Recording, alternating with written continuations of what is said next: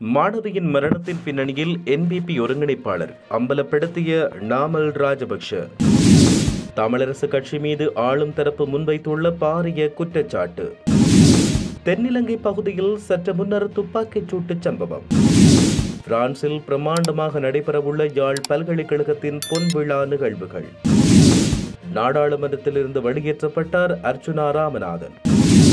யாழ் மாநகர சபை மேயர் விவகாரத்தில் சுமந்திரன் ஒதுக்கப்பட வேண்டும், மூத்த போராளி தெரிவிப்பு.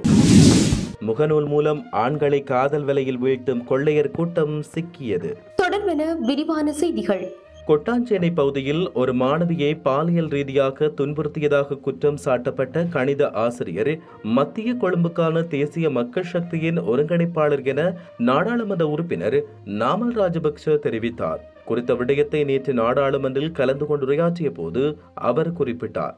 இது தொடர்பில் அவர் மேலும் தெரிவிக்கையில், அவர் ஒரு தேசிய மக்கள் சக்தியின் ஒருங்கிணைப்பாளராக இருப்பதால் இந்த சம்பவம் தொடர்பான விசாரணைகளை அரசாங்கம் அடக்க முயற்சிக்கிறதா என அவர்கள் சந்தேகிப்பதாக அவர் குறிப்பிட்டுள்ளார். பிரேத பரிசோதனை அறிக்கையில் சிறுமியின் மனநலம் குறித்து எவ்வாறு குறிப்பிடப்பட்டிருக்கும் என அவர் சந்தேகம் வெளியிட்டதோடு சிறுமியின் மரணத்துக்கு தாமதிக்காமல் நீதியை பெற்றுத்தருமாறும் அவர் கோரிக்கை விடுத்துள்ளார். மேலும் இது தொடர்பில் நாடாளுமன்ற உறுப்பினர் மனோ கணேசனும் சபையில் கேள்வி எழுப்பியிருந்தமை குறிப்பிடத்தக்கது. தமிழரசு கட்சி தேர்தல் காலத்தில் வாக்குக்காக கசிப்பு வழங்கியதாக சபை முதல்வர் விமல் ரத்நாயக்க குற்றம் சுமத்தினார். குறித்த விடயத்தை நாடாளுமன்றத்தில் உரையாற்றும் போது அவர் குறிப்பிட்டார். மேலும் தமிழரசு கட்சி வாக்குகளை பெறுவதற்காக கசிப்பு வழங்கியது, அத்துடன் மக்களுக்கு பணத்தையும் வழங்கி தேர்தலில் வெற்றி பெறுவதற்காக இனவாத கருத்துக்களை பயன்படுத்தினர். அவை கூறுவதற்கு தகுந்த வார்த்தைகள் அல்ல என்ற காரணத்தால் நான் அவற்றை இங்கே சுட்டிக்காட்ட விரும்பவில்லை.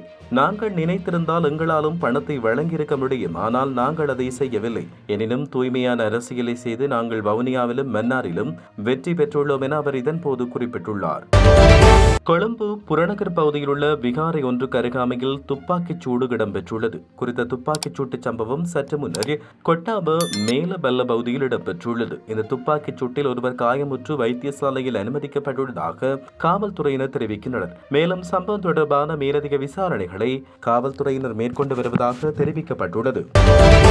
யாழ் பல்கலைக்கழகத்தின் பொன்விழா நிகழ்வுகள் பிரான்சில் ஜூன் மாதம் 8ஆம் தேதி பிரம்மாண்டமான முறையில் கொண்டாடுவதற்கான ஒழுங்குகள் முன்னெடுக்கப்பட்டு வருவதாக தெரிவிக்கப்படுகிறது.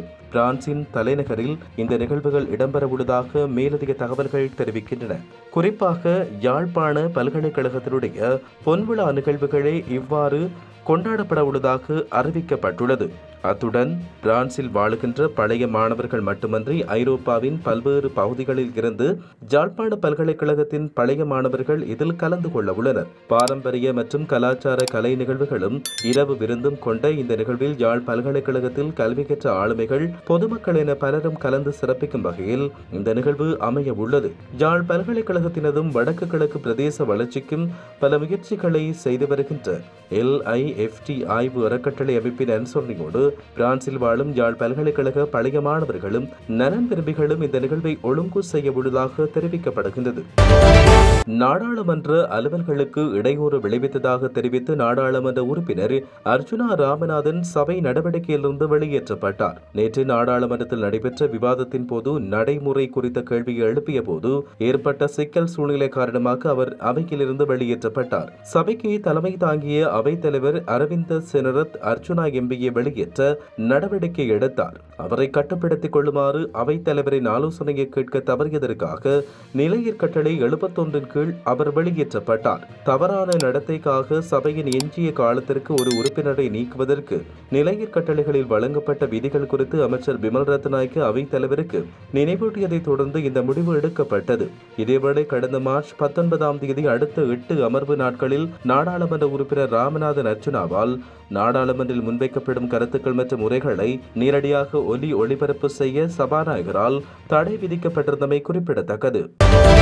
யாழ் மாநகர சபை மேயர் விவகாரத்தில் சுமந்திரன் ஒதுக்கி வைக்கப்பட வேண்டும் என மூத்த போராளி மனோகர் தெரிவித்தார். குறித்த விடயத்தை நேற்று இடம்பெற்ற ஊடக சந்திப்பில் அவர் தெரிவித்தார். இது குறித்து அவர் தெரிவிக்கையில், உள்ளூராட்சி தேர்தலின் பின்னரான நிலைமை தொடர்பான விடயத்தில் பதில் செயலாளர் சுமந்திரனை கையாள விடுவது எதிர்பார்க்கும் நோக்கங்களுக்கு மாறான விளைவை தரும் என்பதை தமிழரசு கட்சியின் உறுப்பினர்களுக்கு, குறிப்பாக மத்திய குழுவுக்கு சுட்டிக்காட்ட விரும்புகிறேன். குறிப்பாக யாழ் மேயர் விடயம் கவனத்துக்குரியது.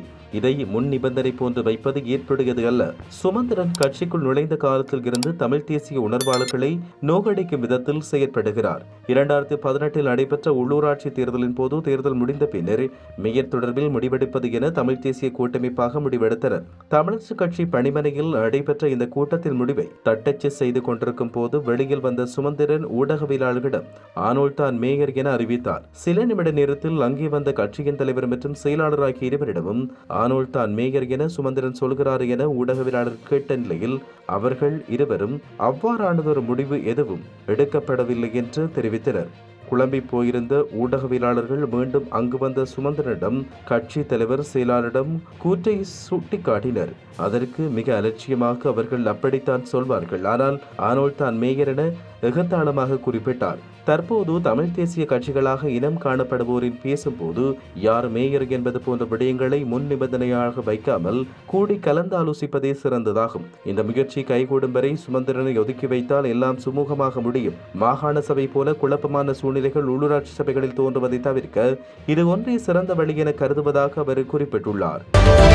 முகநூலூடாக ஆண்களை அடையாளம் கண்டு வாட்ஸ்அப் மற்றும் மெசேஞ்சர் மூலம் அரட்டையடித்து போலி காதல் உறவுகளை ஏற்படுத்திக் கொண்டு ஒரு ஒழுங்கமைக்கப்பட்ட குற்ற கும்பலைச் சேர்ந்த ஒரு பெண் மற்றும் 3 ஆண்கள் உட்பட 4 பேர் கைது செய்யப்பட்டதாக மிகிந்தலை காவல்துறையினர் தெரிவித்தனர். பின்னர் அவர்கள் அந்த ஆண்களை மிகிந்தலை காட்டுப்பகுதிக்கு அழைத்துச் சென்று மரங்களில் கட்டி வைத்து அடித்து அவர்களின் மோட்டார் சைக்கிள்கள், பணம் மற்றும் பிற சொத்துக்களை கொள்ளையடித்தனர். கெக்கிராவு பகுதியைச் சேர்ந்த 31 வயதுடைய பெண் உட்பட அனுராதபுரம், அசோகபுரம், விஜயபுரம் மற்றும் கெக்கிராவு பகுதிகளைச் சேர்ந்த 21, 27 மற்றும் 32 வயதுடைய 3 ஆண்கள் கைது செய்யப்பட்டனர். மிருவாங்குடை மற்றும் அவுகானை பிரதேசத்தைச் சேர்ந்த இருவர் அளித்த புகாரின் பேரில் அவரின் காதலி அவரை அழைத்து மிகிந்தலை நகரத்துக்கு வரச் சொன்னதை அடுத்து குறித்த பெண்ணும் ஒரு குழுவும் அவரை தாக்கி மரத்தில் கட்டி வைத்து அவரது மோட்டார் சைக்கிள், பணம், கைபேசி மற்றும் வங்கி அட்டைகளை திருடிச் சென்றதாக கூறி விசாரணை நடத்தி சந்தேக நபர்களை கைது செய்துள்ளதாக தெரிவிக்கப்படுகிறது. இந்த சம்பவங்களில் உயர்மட்ட வேலைகளில் பணிபுரியும் 50 வயதுக்கு மேற்பட்டவர்கள் ஈடுபட்டுள்ளதாக காவல்துறையினர் தெரிவித்தனர். கைது செய்யப்பட்ட சந்தேக நபர்களிடம் நடத்தப்பட்ட விசாரணையின் போது 2 மோட்டார் சைக்கிள்கள், 4 கைபேசிகள், வங்கி அட்டைகள், கைபேசி சார்ஜர்கள் மற்றும் பேட்டரிகள் உள்ளிட்ட கிட்டத்தட்ட 1 மில்லியன் ரூபாய் மதிப்புள்ள சொத்துக்களை மீட்டதாக காவல்துறை தெரிவித்துள்ளது. கைது செய்யப்பட்ட சந்தேக நபரையும் 3 சந்தேக நபர்களையும் நீதிமன்றில் முற்படுத்திய பின்னர் தடுத்து வைத்து விசாரிக்க அனுமதி கோருவோம் என காவல்துறையினர் மேலும் தெரிவித்துள்ளனர்.